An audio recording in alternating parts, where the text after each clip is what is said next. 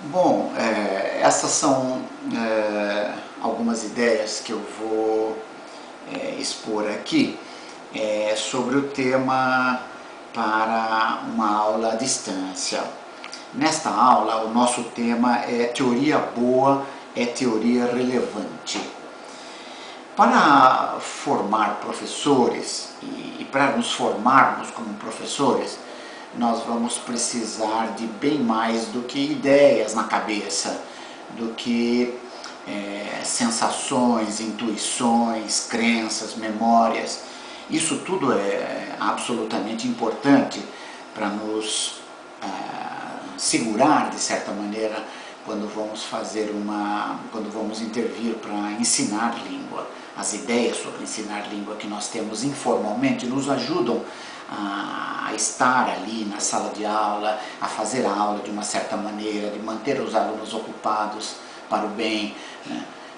Para o bem aqui quer dizer no sentido de desenvolver uma capacidade de comunicação, uma capacidade de uso da língua, compreendendo como ela funciona como sistema linguístico, como sistema cultural de comunicação.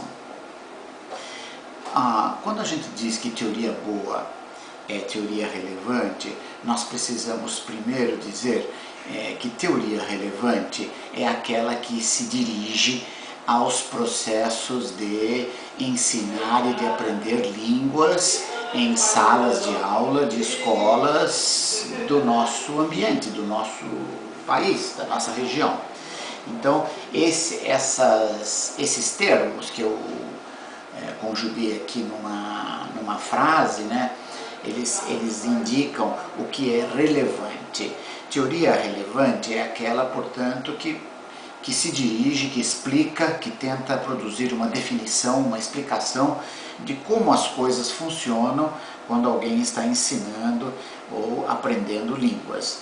Então, é importante dizer isso porque muitas pessoas imaginam que não é necessário haver teoria para ensinar línguas, a gente precisa apenas saber falar a língua.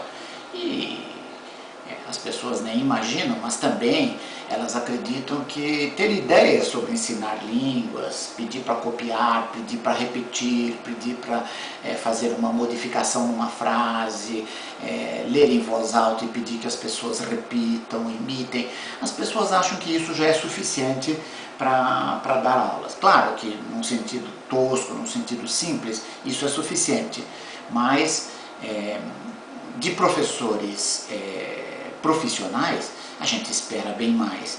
Uma capacidade de explicar de maneira convincente às pessoas por que nós fazemos aquelas coisas que fazemos quando estamos dando aula. Porque nossos alunos aprendem de determinada maneira, porque eles não aprendem quando nós estamos fazendo o ensino de uma certa maneira. Enfim, essas são ideias que nós temos de explicar. E para explicar isso não basta só nossas intuições, palavras, memórias. É preciso que a gente esteja baseado em algum autor, em vários autores condensados, que a gente se apoie em artigos lidos, livros. E é para isso que é importante a leitura de revistas especializadas, de livros especializados, porque é nesses lugares e também nos eventos científicos, nos eventos profissionais, nesses lugares nós vamos encontrar teoria relevante. Claro que temos de garimpar, não vai ser tudo aí que vai nos ajudar, mesmo que às vezes seja relevante, pode ser que nós estejamos buscando algo mais específico, mais pontual, e aquilo que a gente está vendo lá é pontual em outro lugar, é pontual em outra parte do modelo teórico, então não vai nos servir, né? Mas é importante que o professor esteja preparado para ler por toda a vida, porque essa formação, digamos, formação da base teórica ou da base científica, ela é uma tarefa para toda a vida. Então, nós precisamos exemplificar isso com a discussão de algum texto específico. Para a nossa unidade aqui, talvez nos servisse a leitura do texto de Maria Senatori, falando sobre foco no aprendiz, o foco no aprendiz.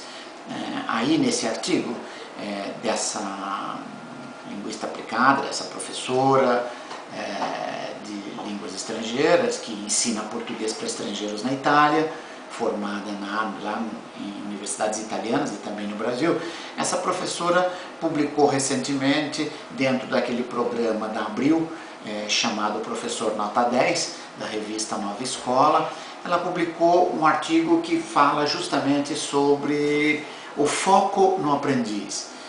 Ela elabora essa ideia com algumas fundamentações de teoria relevante. A gente poderia usar esse artigo para ver em que essa autora se apoia para fazer as propostas, para discutir o que ela discute e para resumir a situação do ensino-aprendizagem de línguas, como ela faz no artigo que eu estou recomendando aqui.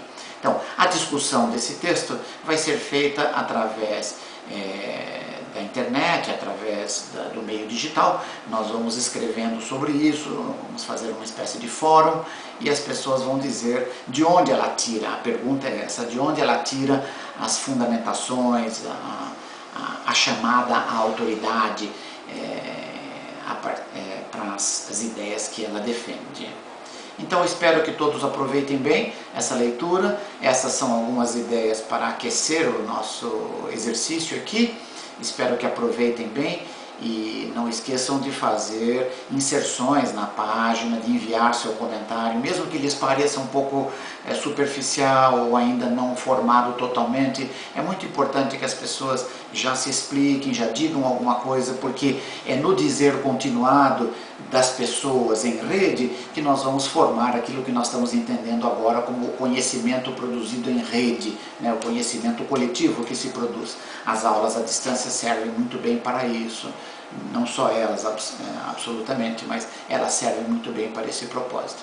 Uma boa leitura a todos, boa discussão.